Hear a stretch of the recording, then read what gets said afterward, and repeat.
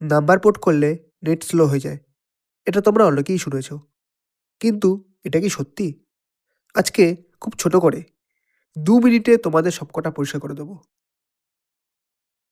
সোজা কথা, পোর্ট করার মানেই স্পিড কম।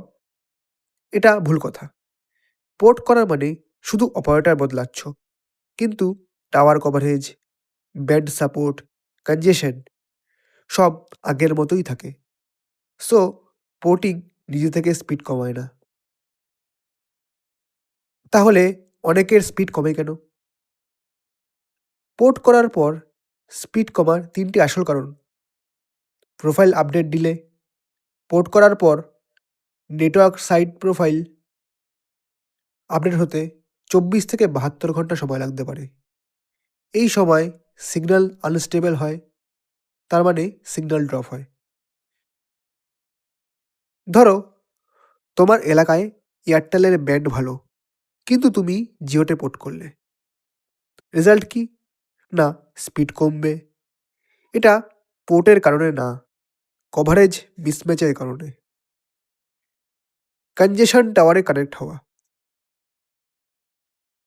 পোর্ট করার পর ফোন অটোমেটিক্যালি এমনটা ধরে যেখানে মানুষ বেশি, লোড বেশি, তার জন্য স্পিড কম।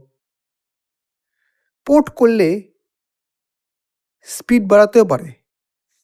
অনেক মানুষ পোর্ট করলে স্পিড বেশি পায়, কারণ নতুন অপারেটর ভালো ব্যান্ড দেয়, কম কনজেশন থাকে, ভালো ব্যাকহোল থাকে। সো কখনো পোর্ট পোর্ট মানে বেটার স্পিড। পোর্ট করার পর স্পিড ঠিক করার একটা কাজ করো।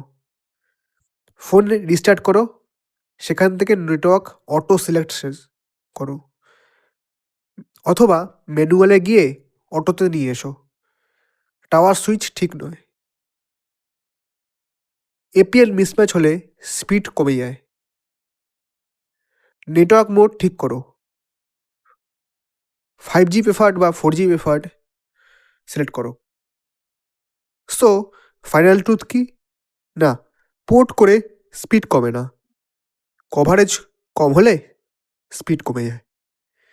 ভিডিওটা হেল্পফুল লাগলে একটা লাইক দিয়ে যেও, আর কমেন্টে লেখো তুমি কোন সিমে আছো।